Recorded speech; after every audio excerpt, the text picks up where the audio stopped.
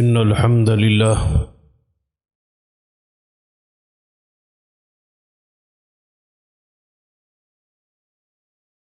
نحمده ونستعينه ونستغفره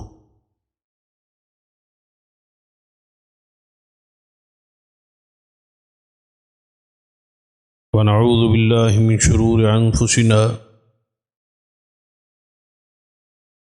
ومن سيئات أعمالنا من يهد الله فلا مضل له ومن يضلل فلا هادي له أشهد أن لا إله إلا الله وحده لا شريك له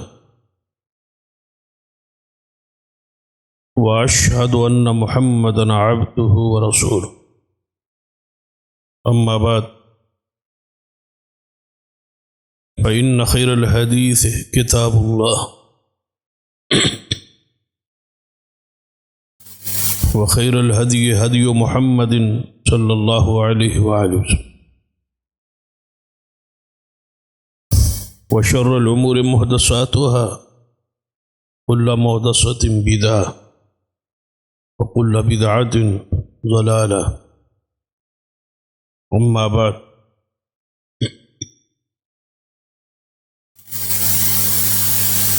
فأعوذ بالله السميع العليم من الشيطان الرجيم من همزه ونفخه ونفثه بسم الله الرحمن الرحيم وما أمروا إلا ليعبدوا الله مخلصين له الدين حنفاء ويقيموا الصلاة ويؤتوا الزكاة وذلك دين القيمة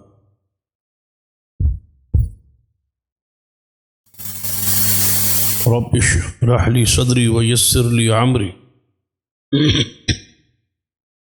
واحلل عقدة من لساني يفقهوا قولي رب زدني علما سبحان ربك رب العزة عما يصفون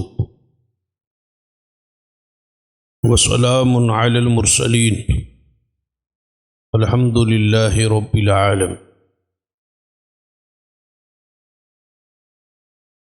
حضرات،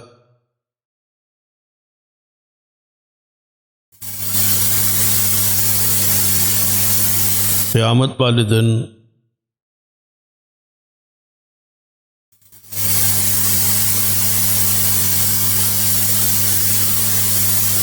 بنی آدم کے اعمال اور اقوال کو تولا جائے.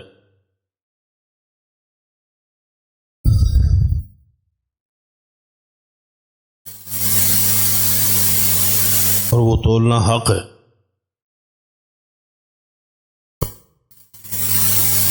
الوزن یومئذ الحق، اس دن کا تول میزان حق ہے.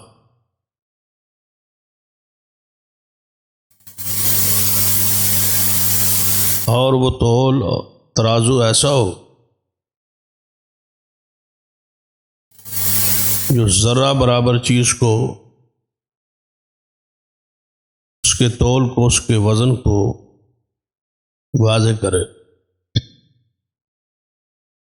وَمَن يَعْمَلْ مِثْقَالَ ذَرَّةٍ خَيْرًا يَرَهُ وَمَن يَعْمَلْ مِثْقَالَ ذَرَّةٍ شَرًّا يَرَهُ. وہ نیکی ہو یا گناہ ہو، ایک ایک چیز کا وزن ظاہر کرے. رائی کے دانے کے برابر بھی اگر اس ترازو میں کوئی چیز ڈالی جائے گی تو اس کا وزن بھی بتائے.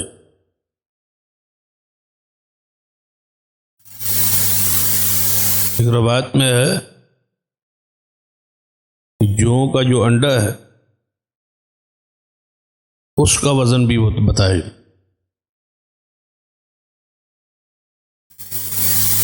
ہمارا جو ترازو ہے اس میں اگر کسی چیز کے ایک دو دانے ڈال دیے جائیں تو وزن زہر نہیں.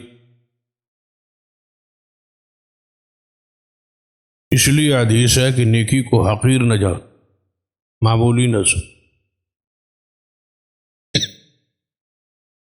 ہو سکتا ہے وزن میں وہی نیکی بڑھ جائے.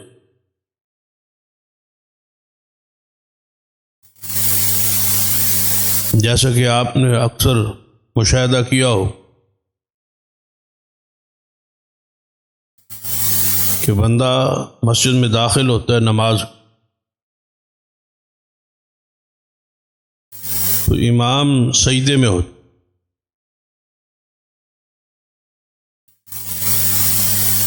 یا رکوع میں چلا جاتا ہے یا سجدے میں پہنچ جاتا. آپ نے لوگوں کو دیکھا ہو وہ کھڑے رہتے ہیں انتظار کر کہ امام دوسری رکعت کے لیے اٹھے تو ہم شامل.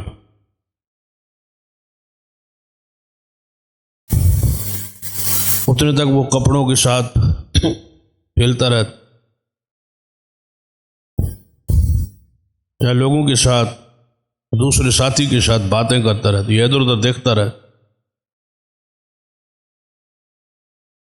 جبکہ حدیث ہے کہ جب تم مسجد میں آؤ تو امام کو جس حالت میں پاؤ اسی حالت میں اس کے ساتھ شامل ہو. تو بندہ اس سجدے کو حقیر جان رہا ہے، معمولی سمجھ رہا ہے.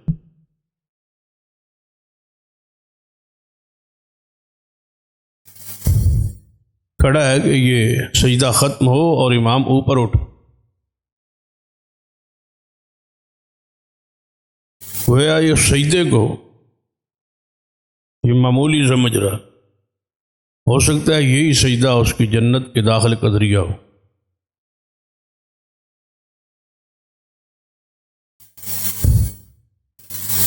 تو اعمال تولا جائے. جب اعمال کو تولا جانا ہے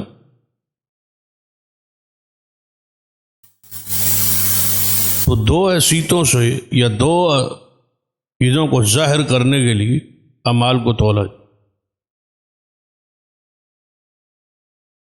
ایک چیز اس کے اندر اخلاص کی طرف، اور دوسرا وہ عمل سنت کے مطابق ہے. یہ ان دو چیزوں کے ظاہر کے لیے اعمال کو تولا جا.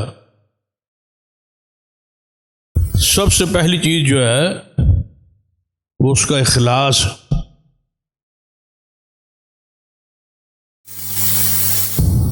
اخلاص کا معنی ہوتا ہے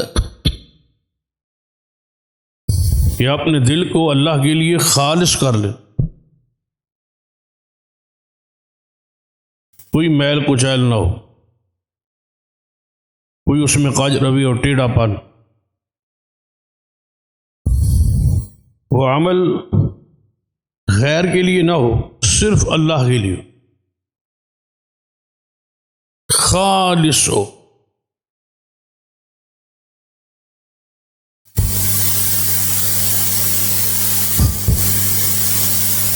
عربی میں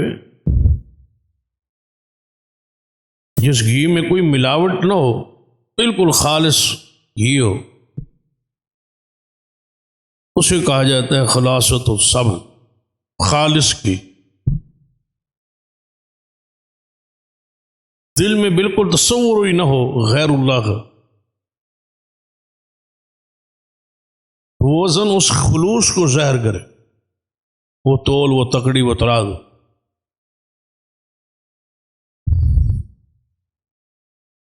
مثلاً آپ ترازو کے ایک پلڑے میں چینی ڈالتے، وہ چینی کے وزن کو تو ظاہر کرتا ہے، اس کی مٹھاس کو ظاہر نہیں کرتا. اللہ تعالیٰ کے ترازو میں جب عمل رکھا جائے گا تو عمل کا وجود یا وزن صرف ہی نہیں بلکہ اس کا اخلاص جو ہے، اس کی جو مٹھاس ہے، اس کو وہ تولے.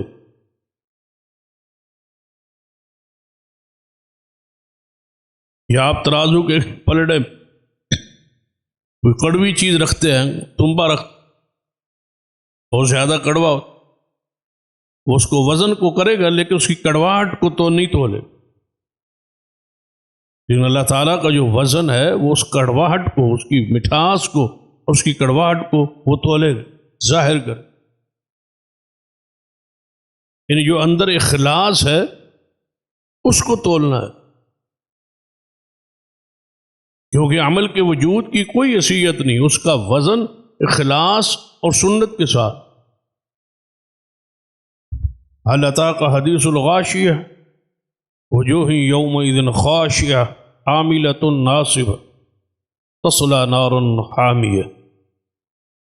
بہت سارے لوگ ہوں گے جو اعمال کر کے تھک گئے ہوں گے، لیکن فیصلہ جہنم کا ہوگا، کیونکہ اعمال میں کوئی اخلاص نہیں۔ وما امروا الا ليعبدوا الله مخلصین لہ الدین، سارے انبیاء اور رسول کو حکم دیا گیا کہ اپنے دین کو، اپنے ایمان کو خالص کرے، حنفاء ویقیموا الصلاة ویؤتوا الزکاة وذلک دین القیمہ۔ اس اخلاص کے بعد نماز قائم کریں اور زکوٰۃ، یہی اصل دین ہے، یہی ایمان ہے۔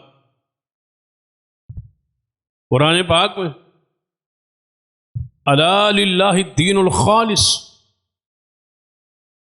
خبردار اپنے دین کو اللہ کے لیے خالص کر۔ انا انزلنا الیک الکتاب بالحق فاعبد اللہ مخلصین خالصا فاعبد اللہ مخلصا لہ الدین، اللہ کی خالص عبادت، خلوص ہو، اخلاص ہو۔ محدثین کرام نے یہ بات لکھی کہ بندہ تنہائی میں اکیلے میں نماز پڑھ رہا، اچانک کوئی باہر سے بندر داخل ہو تو بندہ نماز کی کیفیت اور حالت کو بدل، پہلے نماز پڑھ رہا تھا جلدی جلدی، جب پتہ چلا کوئی بندہ داخل ہو، اس کی نماز، قیام، قرات، سجدے، رکوع لمبے ہو گئے، اس بندے کو دکھانے کے لیے تو عمل برباد، ضائع ہو گئی، اس کی کوئی حیثیت۔ اس لیے تو رسول اللہ صلی اللہ علیہ وسلم کی حدیث ہے، جو من صام رمضان ایمانا واحتسابا، جو شخص ماہ رمضان کے روزے رکھے ایمان اخلاص کے ساتھ، واحتسابا، ثواب کی امید ہو، لیکن ساتھ شرط ہے ایمان، یہی ہے اخلاص۔ غفر لہ ما تقدم من ذنب، اللہ تبارک و تعالیٰ اس کے پچھلے گناہوں کو معاف کر، وہ روزہ قبول ہوگا جس میں اخلاص۔ دوسری حدیث میں جو روزہ رکھتا ہے دکھلاوے کے لیے اس نے شرک کی، جس نے نماز پڑھی دکھلاوے کے لیے اس نے شرک۔ من قام رمضان ایمانا واحتسابا غفر لہ ما تقدم من ذنب، جو تراویح پڑھتا ہے خلوص کے ساتھ، ایمان کے ساتھ اور ثواب کی نیت سے، اللہ اس کے پچھلے گناہوں کو معاف کر۔ من قام لیلۃ القدر ایمانا واحتسابا غفر لہ ما تقدم من ذنب، یہ ہر عمل کے ساتھ ایمانا واحتسابا کی شرط ہے۔ اعمال کرنے والے بہت لوگ ہیں، لیکن ان کا اندر جو معیار ہے خلوص کا، اخلاص کا، اس کا فقدان، اس کی کمی۔ عبادت کا روح جو ہے وہ اخلاص، اخلاص کے بغیر، روح کے بغیر جس طرح بندہ باڈی مرتا ہے، اس کی کوئی حیثیت نہیں، کوئی فائدہ نہیں، اسی طرح اخلاص کے بغیر کیا ہوا عمل، اس کی کوئی حیثیت نہیں۔ امام ابن قیم رحمہ اللہ فرمایا کرتے، عبادت ہو یا ریاضت ہو، اطاعت ہو، فرما برداری ہو، اس کا کوئی فائدہ نہیں جب تک اللہ تعالیٰ کی ذات اس میں منفرد نہ ہو، کہ اکیلا اس کی ذات کی۔ یہی ہے قل ان صلاتی و نسک و محیای و مماتی للہ رب العالمین لا شریک لہ وبذالک امرت وانا اول المسلمین۔ میری نماز، میری قربانی، میری زندگی اور موت للہ، یہی ہے نماز میں ہمارا التحیات للہ والصلوات والطیبات، اس کا معنی بھی یہی، التحیات للہ والصلوات للہ والطیبات للہ، میری قولی، مالی، بدنی عبادات صرف اللہ کے لیے۔ الذی خلق الموت والحیات لیبلوکم ایکم احسن عملا، وہ ذات جس نے موت اور زندگی کو پیدا کی تاکہ وہ دیکھے تم میں سے اچھے اعمال کون کر۔ احسن عمل کون سا عمل ہے؟ اکثر نہیں ہے کہ تم میں سے زیادہ عمل کون کر، احسن عملا، اچھے عمل کون کر۔ اور کوئی بھی عمل احسن اسی وقت ہوگا جب اس میں دو چیزیں موجود ہوں گی، ایک اخلاص اور دوسرا سن۔ لقد کان لکم فی رسول اللہ اسوۃ حسنہ، اسی سے احسن عمل، سنت بھی ہوگی اور اخلاص بھی ہو، دونوں چیزیں موجود ہوں گی تو وہ عمل احسن ہے، وگرنہ اس عمل کی کوئی فائدہ نہیں۔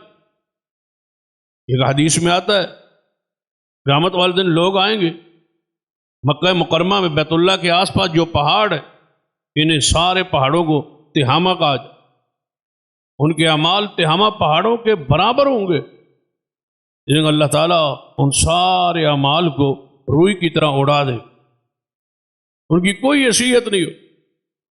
آپ لوگوں کی کثرت کو نہ دیکھیں اور ان کی کثرت اعمال کو نہ دیکھیں، معیار کو دیکھ، اور معیار دو چیزوں کے ساتھ ہے، اخلاص اور ساتھ ساتھ اتباع۔ وَمَنْ أَحْسَنُ دِينًا مِّمَّنْ أَسْلَمَ وَجْهَهُ لِلَّهِ وَهُوَ مُحْسِنٌ، وہی اسی بندے کا دین اچھا ہے، اسے کا دین پیارا ہے جو صرف اللہ کے لیے عمل۔ اپنے آپ کو چیک کر، ماہ رمضان کے لمحات پہلا عشرہ ہے اور آپ میں سے اکثر روزے کی حالت، اپنے دل کو چیک کی، ایسا نہ ہو۔ رسول اللہ صلی اللہ علیہ وسلم نے فرمایا کتنے ہی لوگ ہیں جنہیں بھوک اور پیاس کے سوا ماہ رمضان کے اخیر میں کچھ بچتا ہی، ان لوگوں میں ہمارا شمار نہ ہو۔ دعا کریں اللہ ہمیں ایسے لوگوں سے محفوظ رکھ، ہمارا شمار ان لوگوں میں نہ ہو جس طرح وہ حدیث ہے صحیح ابن حذیمہ، وہ شخص ہلاک اور برباد ہو جائے جس کی زندگی میں ماہ رمضان آئے اور وہ اللہ کو راضی نہ کر سکے۔ جب اللہ کی رضا اسی صورت میں حاصل ہوگی کہ عمل اس کے لیے ہو، یریدون وجہ یبتغون فضلا من اللہ، جب تک اس کی رضا مقصود ہی نہیں ہے تو اللہ راضی کیسے ہو؟ صحابہ کرام کو یہ اعزاز دنیا میں کیوں نصیب ہوا؟ رضی اللہ عنہم ورضوا، اسی وجہ سے کہ ان کے ایمان کے اندر اخلاص موجود۔ قرآن پاک نے کیا فرمایا؟ وَاصْبِرْ نَفْسَكَ مَعَ الَّذِينَ يَدْعُونَ رَبَّهُمْ بِالْغَدَاةِ وَالْعَشِيِّ يُرِيدُونَ وَجْهَهُ، اے پیارے حبیب جناب محمد صلی اللہ علیہ وسلم، ان لوگوں کے ساتھ جڑے رہیے، ان لوگوں کے ساتھ اپنے آپ کو روکے رکھیے۔ یہ کافر چاہتے ہیں کہ آپ کو صحابہ سے دور کر دے، صحابہ اکرام کو ہٹا دیا جائے، اٹھا دیا جائے۔ کافر کہا کرتے تھے کہ جب ہم آئیں تو یہ غریب صحابہ نہ بیٹھے، یہ فقیر صحابہ نہ بیٹھے۔ قرآن نے کیا؟ وَاصْبِرْ نَفْسَكَ مَعَ الَّذِينَ يَدْعُونَ رَبَّهُمْ بِالْغَدَاةِ وَالْعَشِيِّ يُرِيدُونَ وَجْهَهُ، پیارے انہی کے ساتھ بیٹھنا ہے، انہی کے ساتھ جڑے رہنا ہے، ان کو نہیں ہٹانا، ان کے ساتھ رہنا ہے۔ کیوں؟ یریدون وجہ، ان کی دل کی کیفیت کو میں جانتا، انہیں سوائے میری رضا کے اور کوئی چیز مطلوب ہی نہیں۔ والذین معه اشداء علی الکفار رحماء بینہم تراہم رکعا سجدا یبتغون فضلا من اللہ ورضوانا، یہ تو میری ہی رضا چاہتے ہیں۔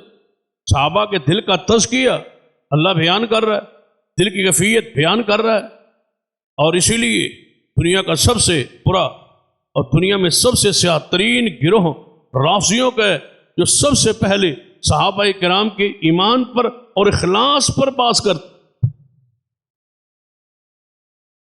سب سے پہلی چوٹ، سب سے پہلا تان رافضیوں کا صحابہ کرام کے ایمان اور اخلاص پر ہے۔ وہ جانتے ہیں کہ اخلاص ہی ایسی نعمت ہے، اگر یہ موجود ہوگی تو ایمان اللہ کے یہاں مقبول۔ اور صحابہ کرام کی فضیلت، ان کے مقام شان کا یہ عالم ہے کہ قرآن پاک نے جہاں بھی ان کا ذکر کیا تو ان کے دل کی کیفیت کو بیان کر کے واضح کیا کہ ان کے دل میں میری رضا کے علاوہ کچھ نہیں۔ وہ اخلاص، ان کا ایمان، ان کے اعمال اخلاص پر۔ فمن کان یرجو لقاء رب، قرآن پاک نے فرمایا جو شخص امید رکھتا ہے کہ وہ قیامت والے دن اللہ سے ملاقات کرے، اللہ سے ملنا چاہتا ہے، اللہ سے ملاقات چاہتا ہے، فَلْيَعْمَلْ عَمَلًا صَالِحًا، اسے چاہیے کہ وہ نیک اعمال کیا ہے؟ وَلَا يُشْرِكْ بِعِبَادَةِ رَبِّهِ أَحَدًا، کہ ان اعمال میں، ان عبادات میں اللہ کے ساتھ کوئی شریک نہ ہو۔ جب شرک آئے گا تو اخلاص ختم۔ اخلاص مخلصین ہے، موحدین۔ اللہ کی زمین پر صرف موحد ہی مخلص ہو سکتا، مشرک مخلص نہیں ہو، مشرک غدار ہو۔ مشرک اللہ کے ساتھ شرک کرنے والا ہے، اس کی عبادت شرک سے پاک نہیں ہے، شراکت آ رہی۔ موحد ہی مخلص ہے، اسی کے ایمان میں اخلاص ہے، کسی کی ملاوٹ نہیں ہے۔ تو لہذا اپنے ایمان کو اس لحاظ سے چیک کرے کہ آپ کہاں کھڑے، اپنے دل پر جھانکیں، اپنے دل کے اندر ذرا، اپنے نفس، اپنے وجود کے اندر غور کریں کہ اپنے اعمال کی کیفیت کیا ہے۔ قرآن پاک نے کیا فرمایا؟ فَآتِ ذِی الْقُرْبَىٰ حَقَّهُ وَالْمِسْكِینَ وَابْنَ السَّبِیلِ، بس دے وہ حق، یعنی اپنے رشتہ داروں کو، مسکینوں کو اور مسافروں کو حق دے، ان کا حق دے، جو آپ کے مال میں ان کا حق۔ فَآتِ ذِی الْقُرْبَىٰ، فَآتِ ذِی الْقُرْبَىٰ حَقَّهُ، یہ حق ہے کس کا؟ مسافر، مسکین کا، رشتہ دار کا، آپ کے مال میں اس کا حق۔ فَآتِ ذِی الْقُرْبَىٰ حَقَّهُ، یہ اس کا حق ہے، اس پر احسان نہیں، یہ اس کا حق ہے، یہ آپ کا ہے ہی نہیں، یہ ہے ہی اس کا۔ جو دے رہے ہیں آپ زکوٰۃ، صدقہ، خیرات، مال، رشتہ دار کو، مسافر کو، مستحق کو، یہ اس کا حق ہے، آپ کا کوئی احسان نہیں۔ آپ کے مال کے اندر یہ اس کا حق ہے، آپ اس کا حق دے رہے۔ ذَلِكَ خَيْرٌ لِّلَّذِينَ يُرِيدُونَ وَجْهَ اللَّهِ، یہ ان لوگوں کے لیے ہے بہتر جو اللہ کا رضا چاہتے، وَأُولَٰئِكَ هُمُ الْمُفْلِحُونَ، اور کامیاب یہی ہے جو اللہ کا حق دیتے ہیں، جو زکوٰۃ، صدقہ، عشر دیتے ہیں، غریبوں کو، یتیموں کو، مساکین کو، مسافروں کو، رشتہ داروں کو، کس کی رضا کے لیے؟ اللہ۔ یہی لوگ کامیاب۔ اور اگر ان کا مال اللہ کی رضا کے لیے نہیں تو یاد رکھیے، اپنے صدقہ و زکوٰۃ اور خیرات سے پہلے سوچیے کہ یہ مال آپ کس لیے دے رہے، کس بنیاد پہ دے رہے، کس وجہ سے دے رہے۔ وَسَيُجَنَّبُهَا الْأَتْقَى الَّذِي يُؤْتِي مَالَهُ يَتَزَكَّىٰ، وہ لوگ جہنم سے دور کر دیے جائیں گے جو اس کی راہ میں مال دیتے ہیں اس ارادے سے کہ میرا مال پاک ہو۔ بھئی دے تو آپ رہے ہیں کہ آپ کا مال پاک ہو، آپ اس پر احسان جتلا، آپ اپنے مال کی پاکیزگی کے لیے، طہارت کے لیے دے رہے، جب تک وہ مال نکالے گے نہیں، آپ کا مال پاک نہیں ہے، صاف نہیں ہے، پاکیزہ نہیں، اپنے مال سے گند کو، میل کچیل کو صاف کرنے کے لیے آپ صدقہ دے رہے ہیں، زکوٰۃ دے رہے ہیں، خیرات دے رہے ہیں، اور اسی میل کچیل دور ہوئی ہے اور احسان جتلا رہے ہیں دوسرے پر۔ وَمَا لِأَحَدٍ عِندَهُ مِن نِعْمَةٍ تُجْزَىٰ، بدلے کی نیت نہ ہو، احسان کی نیت نہ ہو۔ اگر نیت میں یہ ہے کہ میں اس پر احسان کر رہا ہوں، اس غریب پر، اس یتیم پر، اس مسکین پر، اس حقدار پر، اس مدرسے پر، اس مسجد پر، جس پر میں خیرات دے رہا ہوں، اس پر احسان کر رہا ہوں، یا بدلے میں کوئی چیز مجھے ملے گی، تو یاد رکھیے پھر آپ کا یہ مال پاکیزہ نہیں، پاک نہیں ہو، پھر جہنم سے دوری کا یہ ذریعہ نہیں بنے گا۔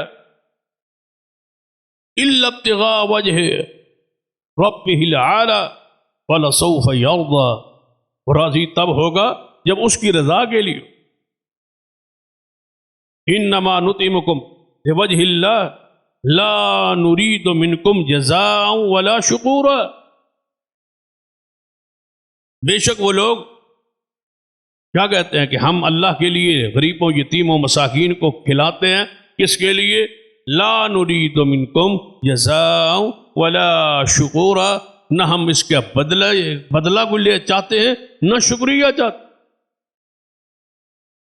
ہم نے تعاون کیا، شکریہ ادا نہیں کیا، ہم نے یہ کام کیا، مسجد ہم نے بنائی، شکریہ نہیں ادا کی، ہمیں ضرورت پڑی، ہمارے ساتھ تعاون ہی نہیں کیا، ہم نے مدرسہ بنایا، ہم نے مدرسہ چلایا، ہم نے مدرسے پر خرچ کیا، آج ہمیں ضرورت پڑی ہے تو ہمارے ساتھ تعاون ہی نہیں کیا، ہمارا شکریہ ادا نہیں کیا، ساڈا کتے نہ ہی کوئی، ساڈا کتے ذکر ہی کوئی، ساڈا احسان ہی کوئی۔ انما نطعمکم لوجہ اللہ، بھائی کھلایا کس لیے تھا، دیا کس لیے تھا؟ بھیا ہم نے یہ سارا کیا، آج ساڈا نہ ہی کوئی، وہ تیرا نا تو ختم ہو گیا، تو نے دیا کیا ہے؟ وہ جو دیا ہے وہ ختم ہو، یہ کہنے سے کہ سامنے سب کچھ دیا وہ تیرا تو ختم ہو۔ لا تبطلوا صدقاتکم بالمن والاذى، آپ نے تو احسان جتلایا، تکلیف دی ہے، آپ کا تو دیا ہوا ختم ہو، کس کا بدلہ چاہتے ہو؟ لا نرید منکم جزاء ولا شکورا، دیتے ہوئے یہ نیت ہو، یہ اخلاص ہو کہ میں دے رہا ہوں، کھلا رہا ہوں، اس طالب علم کو کھلا رہا ہوں، اس مستحق کو دے رہا ہوں، اس لیے مجھے اس سے بدلہ یہ شکریہ نہیں چاہیے، میں کیوں دے رہا ہوں؟ انما نطعمکم لوجہ اللہ، کس کے لیے؟ اللہ۔ اپنے صدقات کو چیک کر، اپنے روزے کو، نماز کو، اعمال کو چیک کر، جس کے دل میں اخلاص ہو اس کے دل میں بغض نہیں ہو، جس کے دل میں اخلاص ہو اس کے دل میں کینہ نہیں ہو، جس کے دل میں اخلاص ہو اس کے دل میں عداوت نہیں ہو، جس کے دل میں اخلاص ہو اس کے دل میں بدلے کی امید نہیں ہو، جس کے دل میں اخلاص ہو اس کے دل میں حسد نہیں ہو۔ ہمارے اجلاس اور میٹنگیں کیا ہو، غور کریں، قرآن پاک نے کیا ذکر کیا؟ لا خیر فی کثیر من نجواہم، کوئی خیر نہیں ہے، کوئی بھلائی نہیں ہے ان سرگوشیوں میں، ان میٹنگوں میں، ان اجلاسوں میں۔ میٹنگیں کیا ہوتی؟ نماز پڑھی، دو چار بندے وہاں بیٹھ گئے، دو چار وہاں بیٹھ، اب بات شروع ہو، دو چار دروازے پہ کھڑے ہو، دو چار گلی کے اگلے نکر پہ کھڑے ہو، دو چار جا کے روڈ پہ کھڑے ہو. اب باس کیا ہو رہی؟ زیر باس کون؟ کوئی نہ کوئی بندہ ہو، کوئی خطیب ہوگا، عالم ہوگا، استاذ ہوگا، طالب علم ہوگا، کوئی غریب ہوگا، کوئی یتیم ہوگا، کوئی مسکین ہوگا، کوئی محلے کا بند، اس پر بحث ہو. قرآن کو اس انداز سے پڑھے. یہ سورۃ النساء کی آیت نمبر 114 پڑھ رہا. آپ پر فرض اور قرض ہے گھر میں جاگے اس آیت کو پڑھیں اور اپنے گریبان میں چھانکیں کہ ہم کہاں کھڑے. کہیں ایسا نہ ہو ان گھڑیوں کو بھی ضائع کر بیٹھے. قرآن پاک کو سمجھے. آپ نے یہ سمجھا ہے کہ شاید قرآن پاک پہلے لوگوں کی کہانی ہے، یہ قصہ ہے. آج اپنے وجود پہ اس کو فٹ کیوں نہیں کرتے؟ قرآن کیا کہہ رہا ہے؟ لا خیر فی کثیر من نجواہم، ان کی سرگوشیوں میں جو دو یا تین بندے کھڑے ہو کے یا بیٹھ کے کانوں میں باتیں کر رہے. دوسرا بندہ پاس سے گزرتا ہے، خاموش ہو جاتا، پھر جا کے ساتھ بیٹھ جاتا ہے اور موضوع چھیڑ دے. لا خیر فی کثیر من نجواہم، ان سرگوشیوں میں کوئی خیر نہیں. آگے قرآن کہتا ہے ہاں سرگوشی کرنی ہے، میٹنگ کرنی ہے، اجلاس کرنا ہے، تو تمہارا موضوع کیا ہونا چاہیے؟ الا من امر بصدقۃ، آپ مشورہ کریں کہ صدقے کو کیسے کرنا ہے، کس پر کرنا ہے، اس پر کوئی میٹنگ، اس پر کوئی اجلاس، اس پر کوئی سرگوشی. کہ مسجد میں بیٹھے دیکھ رہے ہیں ادھر ادھر کہ مسجد میں کس چیز کی ضرورت ہے، یہ سرگوشی ہے. یہ مومن کی سرگوشی. مسجد میں کس چیز کی ضرورت، مسجد میں کون غریب، کون مستحق، کون بیمار ہے، کون تکلیف میں ہے، کون پریشانی میں، اس کے بارے میں میٹنگ، اس کے بارے میں اجلاس، اس کے بارے میں سرگوشی. یہ خیر والی سرگوشی، یہ ہے بھلائی، یہ ہے خیر، یہ ہے رحمت. جو سرگوشی ہے کہ اس کو ذلیل کرو، اس کو رسوا کرو، اس کو پریشان کرو، اس کو حقیر جانو، اس کو ذلیل کرنا ہے. سن لو، رسول اللہ صلی اللہ علیہ وسلم نے فرمایا سود کھانے کے 70 گناہ، سود کھانے کے 70 گناہ ہیں، اس کے درجات 70 ہے. سب سے کم گناہ یہ ہے ماں سے بدکاری کرنا، اور سب سے بڑا گناہ یہ ہے کہ اپنے مسلمان بھائی کو حقیر سمجھ، اس کو ذلیل کر. یہ ماں سے زنا سے بھی بڑا گناہ. کسی مسلمان کو آپ نے رسوا کرنا ہے، ذلیل کرنا ہے، پریشان کرنا ہے، بدنام کرنا ہے، برا کہنا. الا من امر بصدقۃ او معروف او اصلاح بین الناس.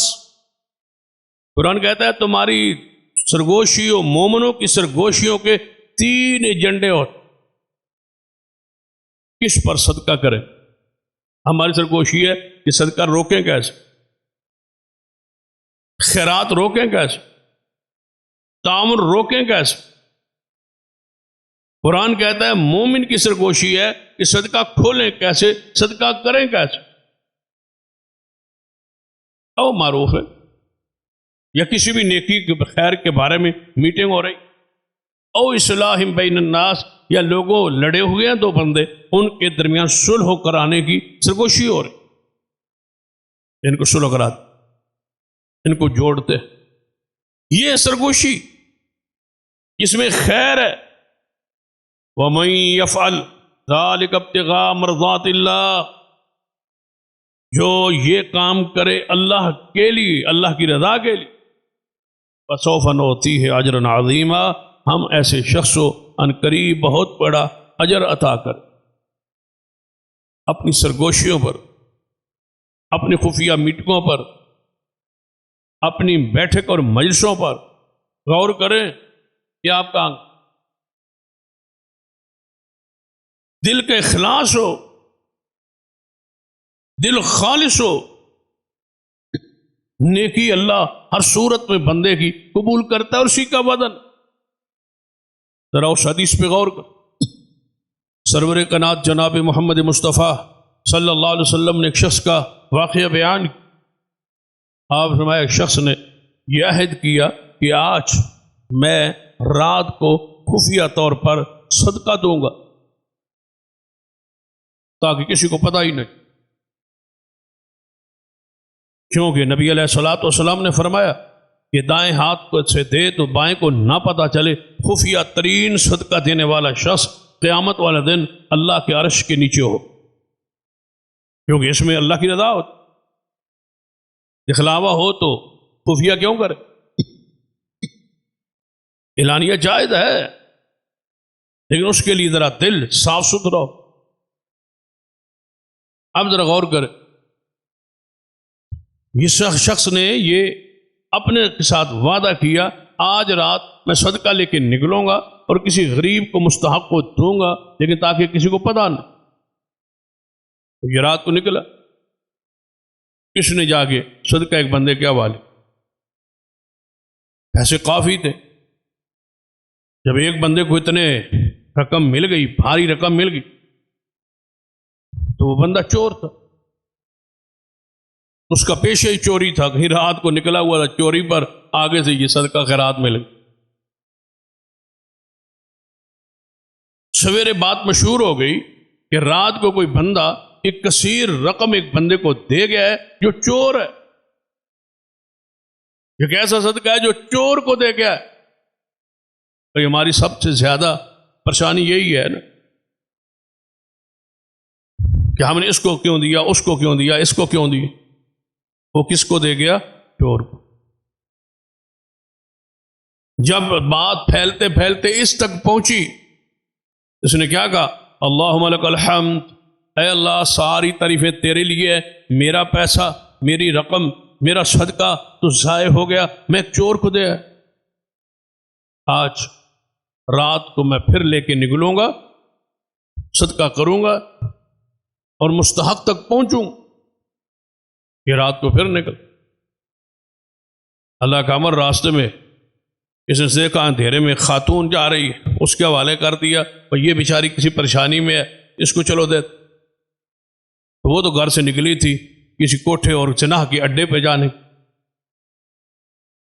تو سویرے بات مشہور ہو گئی کہ رات کو ایک بہت بڑی رقم کوئی بندہ اپنی ضائع کر گیا اور زانیہ کو دے گئے۔ جب اس تک بات پہنچی تو وہ کیا کہتا ہے؟ اللہم لک الحمد، اے اللہ ساری تعریفیں تیرے لیے ہے، میرے تو رقم ضائع ہو گئی، میں ایک زانیہ کو دیا۔ پھر اس نے وعدہ آج میں پھر نکلوں، رات کو پھر صدقہ لے کے ایک بندے کے ہاتھ میں دیا۔ سویرے بات مشہور ہوئی کہ رات کو بہت بڑا مالدار کوئی شخص ہے، اس کو کوئی پیسے دے گیا، اب وہ مستحق نہیں، مالدار ہے، کھاتا پیتا ہے، اس کو کوئی زکوٰۃ صدقہ و خیرات دے، اس نے بھی لے لیا، کیونکہ صدقے کا عادی نہیں تھا، خیرات کرنے کا عادی نہیں تھا، کنجوس تھا، اس نے کہا چلو مال لا، مل رہا ہے، کہاں سے مل رہا ہے، لے لو، لے لی۔ سویرے بات مشہور کہ رات کو کوئی صدقہ دینے والا آج صدقہ دے گیا ہے اور کسی مالدار کو دے، وہ بچہ بندہ پریشان ہو کے بیٹھا اور کہتا اللہم لک الحمد، اے اللہ ساری تعریفیں تیرے لیے، میری تینوں راتوں کے صدقے تو ضائع ہو گئے۔ لیکن سو گیا تو اس کو خواب میں یہ خبر دی گئی، یہ بشارت دی گئی کہ آپ پریشان نہ ہوں، آپ کے تینوں راتیں کی کیے ہوئے صدقے اللہ نے قبول فرما۔ دینے والے کی نیت درست، مستحق تک نہیں پہنچ پایا، نیت درست۔ اپنی نیت پہ غور کریں، آپ کی نیت کیا ہے؟ نیت دیکھتے نہیں ہے، دوسرے کو دیکھتے ہو۔ اس نے کہا، اسے کہا گیا آپ پریشان نہ ہوں، آپ کے صدقے کو قبول کر لیا گیا ہے۔ چور چوری سے باز آ گیا ہے، زانیہ زنا سے باز آ گئی ہے، مالدار نے آج کے بعد صدقہ دینے کا خیرات کرنے کا فیصلہ کر۔ تیرے مال سے ایک زانیہ زنا سے رک گئی، تیرے مال سے ایک چور چوری سے رک گیا، تیرا ضائع نہیں ہوا، تیری نیت کی بنیاد پر، تیرے اخلاص کی بنیاد پر تیرا مال، تیرا صدقہ قبول ہے۔ اور دوسری حدیث ذرا کھول ہے، صحیح البخاری، یہ بھی صحیح البخاری کی حدیث ہے، دوسری بھی صحیح البخاری، دونوں حدیثوں کو ذرا تولیں، وزن کریں کہ ہم کہاں کٹ۔ سیدنا ابو ہریرہ رضی اللہ تعالیٰ عنہ فرماتے ہیں قیامت والے دن سب سے پہلے جہنم کو ایندھن، جہنم کو بھڑکانے کے لیے 3 قسم کے بندوں کو داخل کیا جائے گا جہنم۔ اب آپ سوچتے ہو وہ کافر ہوں گے؟ نہیں۔ وہ مشرک ہوں گے؟ نہیں۔ سیدنا ابو ہریرہ رضی اللہ عنہ، ہمیں تو کچھ نہیں ہوتا، نہ مجھے نہ آپ کو۔ سیدنا ابو ہریرہ جب اس حدیث کو پڑھنے لگتے، بیان کرتے تو گر پڑتے اور بے ہوش ہو جاتے۔ یہ ایسا ہوگا قیامت والا۔ نبی علیہ الصلوۃ والسلام نے فرمایا قیامت والے سب سے پہلے لایا جائے گا کہ قرآن کے قاری، قراء کرام، علماء کرام، طلباء اعظام، واعظین، خطباء، علماء کے لیے یہ حدیث سبق، اپنے نیتوں کو چیک، اپنے ارادوں کو چیک، سب سے پہلے قرآن کے قاری کو لایا جائے گا۔ فیصلہ قاری کا ہو رہا ہے، اللہ تعالیٰ اس سے پوچھے گا کہ تو نے دنیا میں کوئی عمل ایسا جو کیا ہے وہ پیش کر، جس کی بنیاد پر تجھے معاف کر دیا جائے اور جنت میں بھیج دیا جائے۔ یہ کہے گا اے اللہ میں تیرا قرآن پڑھتا رہا، قرآن پڑھاتا رہا، میرا وظیفہ قرآن تھا، ہر وقت قرآن پڑھنا پڑھانا، یہ میرا شغل، یہ میرا کام، یہ میرا عمل ہے۔ اللہ تعالیٰ فرمائے گا میرے سامنے جھوٹ بولتا ہے، اپنے دل کو ٹٹول، جھوٹ بول رہا ہے، تو نے قرآن پڑھا تھا تاکہ تجھے قرآن کا قاری کہا جائے۔ تیرے دل کی وہ حالت، وہ کیفیت، آج تو ترازو لگا ہوا ہے، یہ آپ کے سامنے گھڑی ہے، یہ باہر کے ٹمپریچر کو بتلا رہی، وہ ترازو ہے، وہ اخلاص کو بتلا رہا ہے۔ وہ تو اس لیے قرآن پڑھتا تھا، جس لیے پڑھتا تھا وہ تجھے ملا یا نہیں دنیا میں، تیری واہ واہ ہوئی، تجھے قاری کہا گیا، عالم کہا گیا، خطیب کہا گیا، تیری شہرت، تیری وہ مقام، تیرے وہ چرچے سب کچھ ہو گئے۔ آج میرے پاس تیرے لیے سوائے جہنم کے کچھ نہیں۔ دوسرا علاج ہے کہ تو اپنا عمل پیش کر، تو وہ بھی کہہ رہا ہے کہ یا اللہ سب سے زیادہ قیمتی بندے کی جان ہوتی ہے، میں مجاہد ہوں، تیرے راہ میں اپنی جان لٹا کے شہید ہو کے آیا ہوں۔ حالانکہ شہید کا پہلا قطرہ خون زمین پہ گرنے سے پہلے اللہ اس کے سارے گناہوں کو معاف کر، یہ درجہ ہے اس، لیکن دل کی کیفیت کو تولا جا رہا ہے۔ اللہ تعالیٰ فرمائے گا تو جھوٹ بولتا ہے، تو اس لیے کہا تھا کہ مجھے امیر المجاہدین کہا جائے اور مجاہد اسلام کہا جائے، تجھے تو اس لیے تو لڑتا تھا، دنیا کے لیے، وطن کے لیے، مال کے لیے، پیسے کے لیے۔ وہ ذرا حدیث اپنے ذہن میں رکھ، سیدنا ابو ہریرہ حدیث کے راوی ہیں، یہ دوسری حدیث ہے۔ فرماتے ہیں نبی علیہ الصلوۃ والسلام کے پاس ایک شخص آیا، اس نے کہا یا رسول اللہ صلی اللہ علیہ وسلم میں جہاد اللہ کی راہ میں کرنا چاہتا ہوں، لیکن ساتھ ساتھ میرے دل میں یہ بھی ہے کہ جہاد سے مال ملے گا، مال غنیمت ملے گا، حصہ ملے گا، کیا مجھے جہاد کا ثواب ملے گا؟ فرمایا نہیں ملے۔ آیا صحابہ کو بتلایا، بعض صحابہ نے کہا تجھے سمجھنے میں غلطی لگی ہے یا دوبارہ پوچھ، جب جہاد اللہ کے لیے ہے تو مال تو اس کے بدلے مل ہی جاتا ہے۔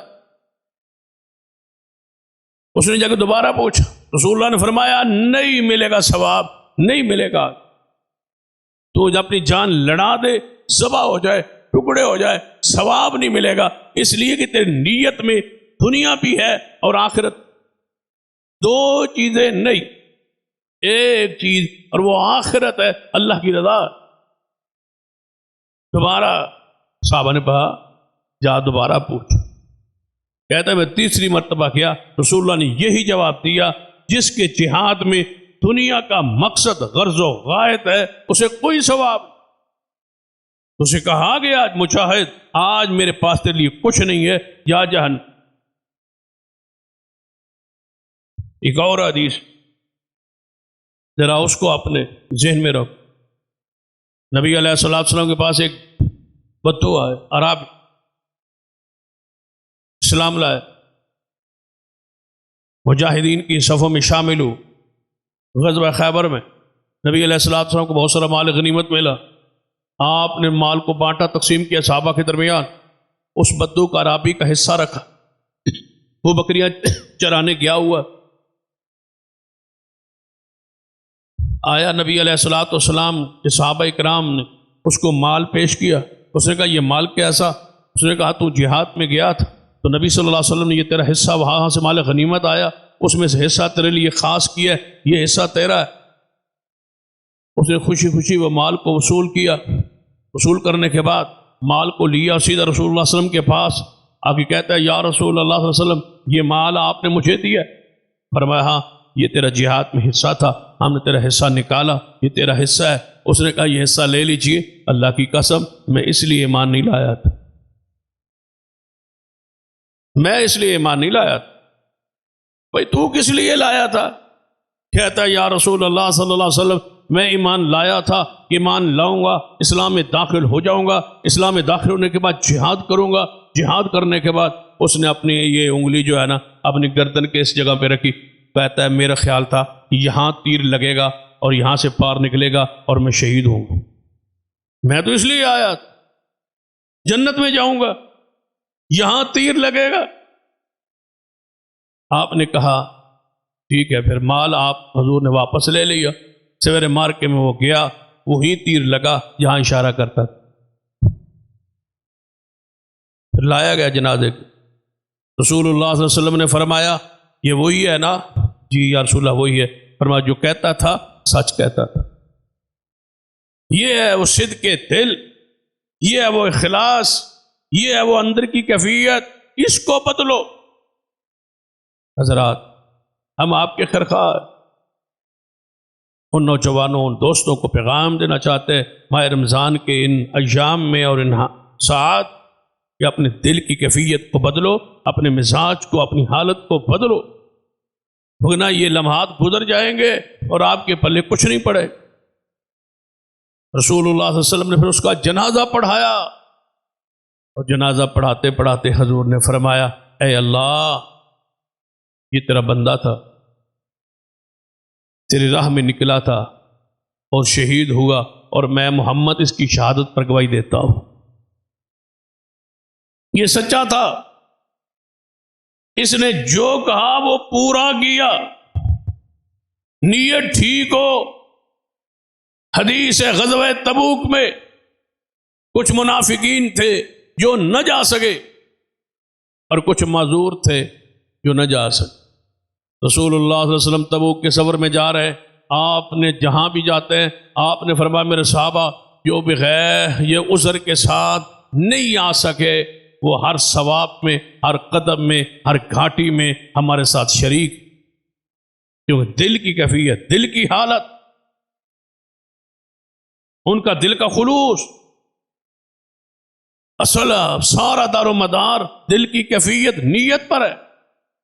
سیدنا سفیان بن عیینہ رحمہ اللہ فرمایا کرتے تھے کہ میرے دل میں خیال آیا کہ میں تحقیق کروں، پڑتال کروں، دیکھوں، پرکھوں سب سے عمل اسلام میں مشکل کون سا ہے،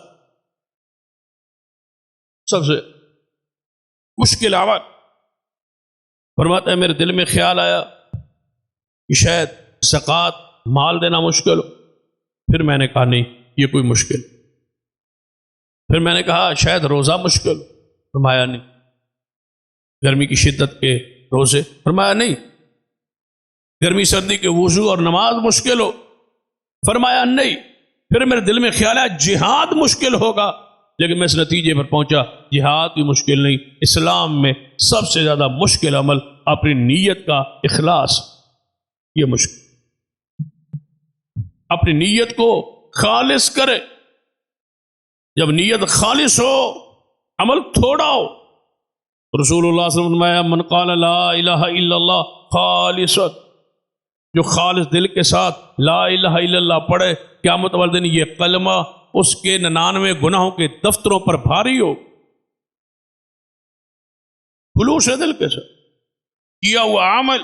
وہ حدیث سامنے رکھے کہ عورت جا رہی ہے، کتا ایک پیاسا مر رہا ہے، اس کو ترس و رحم آیا، اس کو پانی پلایا، اللہ اس کے گناہوں کو معاف کر. خلوص کی وجہ سے یہ شخص جا رہا تھا، راستے میں ایک درخت کی ٹہنی بڑی ہوئی تھی، لوگوں کو تنگ کر رہی تھی، اس نے اس کو کاٹ دیا، اللہ نے اس کو جنت دے دی. ہماری سڑکوں ہماری گلیوں کی حالت ہے، ہم پورے گھر کا گند آگے گلی میں پھینک، آنے والے جانے والے کو بدبو آئے، تکلیف آئے. کہاں ہے وہ صفائی اور ستھرائی؟ الطہور شطر الایمان. کہاں ہے وہ راستوں کی رکاوٹوں کو دور کرنا؟ یہ ایمان تھا، یہ اسلام تھا، اور ہم نے راستوں کو تنگ کیا، پریشان کیا، بدبودار کیا، گھر کے گند کو، کوڑے کو گلی میں آ کے رکھ دیا، روڈ پہ آ کے رکھ، تاکہ گزرنے والوں کو تکلیف ہو. بھائی گزرنے والوں کے لیے تو آسانی پیدا کرنی تھی آپ. وہ حدیث اپنے ذرا سامنے رکھیں کہ نبی رحمت صلی اللہ علیہ وسلم نے ان 3 لوگوں کا ذکر کیا جو غار میں پھنسے ہوئے. مشہور حدیث ہے، اشارہ کرتا ہو. غار کا منہ بند ہے، تینوں دعا کرتے ہیں کہ فلاں عمل میں نے کیا تھا، کس کے لیے؟ تیرے لیے. ایک کہتا ہے میں مزدور کی مزدوری دی تھی واپس پوری، تیرے لیے. میں زنا سے بچا تھا، تیرے لیے. میں والدین کے سرانے کھڑا رہا تھا، تیرے لیے. اگر وہ اعمال تیرے لیے تھے تو یہ غار کا منہ کھول دے. غار کا منہ کھلا، اللہ نے بتلایا کہ تمہارے تینوں کے اعمال میرے لیے تھے.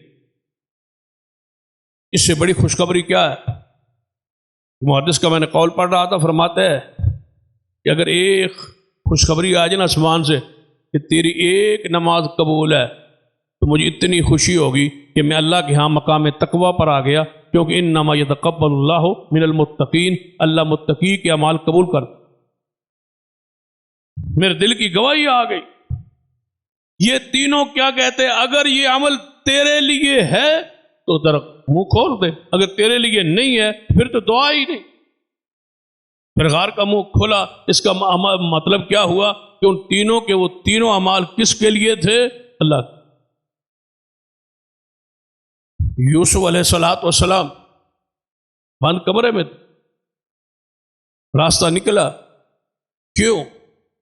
قرآن نے کہا انہ من عبادنا المخلصین، وہ ہمارے خلوص والے مخلص ترین بندوں میں سے تھا.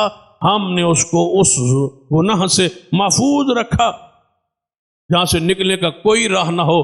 اگر خالص آپ کا دل ہے، ایمان میں آپ مخلص ہے، اللہ آپ کو نکلنے کا راہ ضرور عطا کرے. ایک حدیثوں نے نبی علیہ السلام نے فرمایا ایک بندہ ہے جس کو اللہ تعالیٰ مال بھی دیتا ہے اور ساتھ ساتھ علم بھی دیتا ہے. وہ علم خرچ کرتا ہے، علم تقسیم کرتا ہے، علم بانٹتا ہے، پڑھاتا ہے، ساتھ مال خرچ کرتا ہے. دوسرا بندہ ہے جس کے پاس مال نہیں ہے لیکن علم ہے. وہ علم تو پھیلاتا ہے، علم تو پڑھاتا ہے، لیکن مال نہیں ہے. اور وہ کہتا ہے اللہ فلاں بندے کو تو نے علم بھی دیا اور ساتھ ساتھ مال بھی دیا. اگر تو مجھے مال دیتا میں ایسے خرچ کرتا جیسے وہ خرچ کر رہا ہے، تیرے کاموں میں، تیری نیکی کے، تیرے راہ میں، تیرے دین میں وہ خرچ کر رہا ہے، میرے پاس ہوتا میں بھی ایسے ہی خرچ کرتا. تو اللہ فرماتا ہے تجھے تو دیا تو نہیں ہے لیکن ثواب میں تو برابر کا شریک. اس لیے تیری نیت وہ ہے جو اس کو دیکھ کے تیری نیت جو ہے اس کی بنیاد پر تجھے ثواب ہے. آپ فرما دوسرا وہ شخص جس کو اللہ مال دیتا ہے، علم نہیں دیتا، علم سے کوڑا ہے، مال بہت، وہ مال گناہوں پہ خرچ کر، فحاشی پر، بے حیائی پر، بے دینی پر، توڑ پر، اختلاف پر، انتشار پر، گناہوں پر مال خرچ کر رہا ہے، اور ایک دوسرا بندہ ہے جس کے پاس کوئی مال وغیرہ نہیں ہے، نہ علم ہے نہ مال ہے، وہ کہتا ہے یا اللہ کبھی میرے پاس ہوتا نا مال، یہ عیاشی کر رہا ہے میں بھی ایسے ہی کرتا، اس لیے یہ مال خرچ کر رہا ہے، کبھی نیزہ بازی کروا رہا ہے، کبھی میچ کروا رہا ہے، کبھی فلمی پروگرام بنا رہا ہے، یہ ایسے ایسے مال خرچ کر رہا ہے، میرے پاس بھی ہوتا میں بھی عیاشی کرتا۔ اللہ فرماتا ہے تیرے پاس ہے تو نہیں، لیکن گناہ میں تو برابر کے شریک، اس لیے کہ تیری نیت خراب ہے، نیت کا فطور ہے، لہذا اپنے اعمال کرنے سے پہلے اپنی نیت کو، اپنے دل کو، اپنی کیفیت کو چیک کریں کہ آپ کہاں کھڑے، پھر آپ کا آخر پہ اس حدیث کی طرف آتا ہو، سرور کائنات محمد رسول اللہ صلی اللہ علیہ وسلم نے فرمایا، صحیح البخاری کی حدیث ہے، کتاب التوحید، نبی صلی اللہ علیہ وسلم صحابی سیدنا ابو سعید خدری رضی اللہ عنہ فرماتے ہیں مجھے میرے بھائی قتادہ بن نعمان رضی اللہ تعالیٰ یہ بات بتلائی کہ ایک شخص رسول اللہ صلی اللہ علیہ وسلم کے پاس آیا اور اس نے کہا یا رسول اللہ صلی اللہ علیہ وسلم یہ میرا ایک پڑوسی ہے، وہ ساری رات تلاوت کرتا رہا ہے، تہجد پڑھتا رہا ہے، تلاوت کرتا رہا ہے، تہجد پڑھتا رہا ہے، نماز پڑھتا رہا ہے، اور اس میں سورۃ الاخلاص پڑھتا رہا ہے، قل هو اللہ احد، یہ پڑھتا رہا ہے، حالانکہ اس کو اور بھی قرآن کی صورتیں یاد، ساری رات وہ اونچی آواز سے پڑھتا رہا ہے، میرے گھر میں اس کی آواز آتی رہی ہے، اور سوائے سورۃ الاخلاص اس نے کچھ نہیں پڑھا۔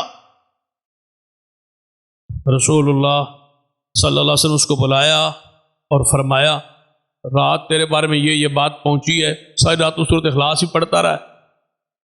کہتا ہے یا رسول اللہ مجھے اس سے محبت ہے، فرمایا پھر خوشخبری ہے تیرے لیے کہ اللہ بھی تو اسے محبت کر۔ سورہ اخلاص، سارے قرآن میں یہ کیا ہے؟ سورۃ اخلاص، دل کا خلوص، اخلاص، اپنی شام اور اپنی صبح اسی صورت پر کریں۔ اسی حدیث کے ساتھ دوسری حدیث ہے وہ بخاری میں، یہ شخص جو ہے یہ لشکر، امیر لشکر ہے، چھوٹا سا لشکر اللہ کی راہ میں جہاد پر کیا ہوا ہے، واپس آئے، رسول اللہ صلی اللہ علیہ وسلم نے پوچھا صحابہ سے کہ میں نے صبر کا فلاں فلاں کو امیر بنایا تھا، اب اپنے امیر کے بارے میں کیا کہتے ہیں؟ یا رسول اللہ بڑا اچھا تھا، نیک تھا، لیکن ایک اس نے کمال کیا، سارے راہ میں جب یہ نماز پڑھاتا نا سورۃ اخلاص کے علاوہ کچھ نہیں پڑھتا، ہر رکعت میں سورۃ اخلاص، ہر رکعت میں سورہ اخلاص۔ آپ نے اسے بلایا، پوچھا، اس نے کہا یا رسول اللہ مجھے اس سے بڑی محبت ہے، فرمایا پھر خوشخبری سن لے، اس کی محبت تجھے جنت میں لے جائے۔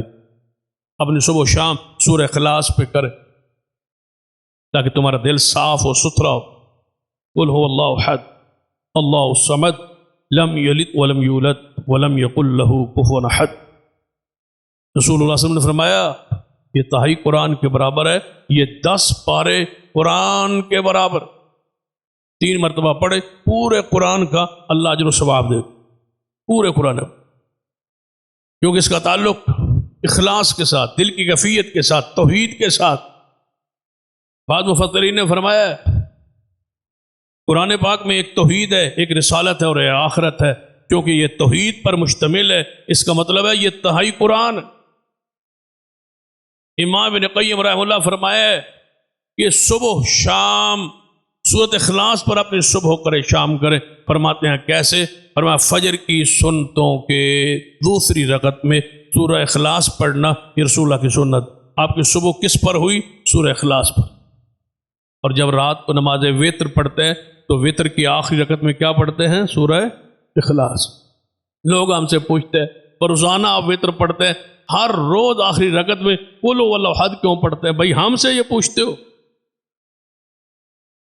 ہم شام کرنا چاہتے ہیں، رات گزارنا چاہتے ہیں، کیا پڑھ کے؟ سورہ اخلاص۔ صبح شام کے اذکار میں رسول اللہ سورہ اخلاص کو رکھا ہے،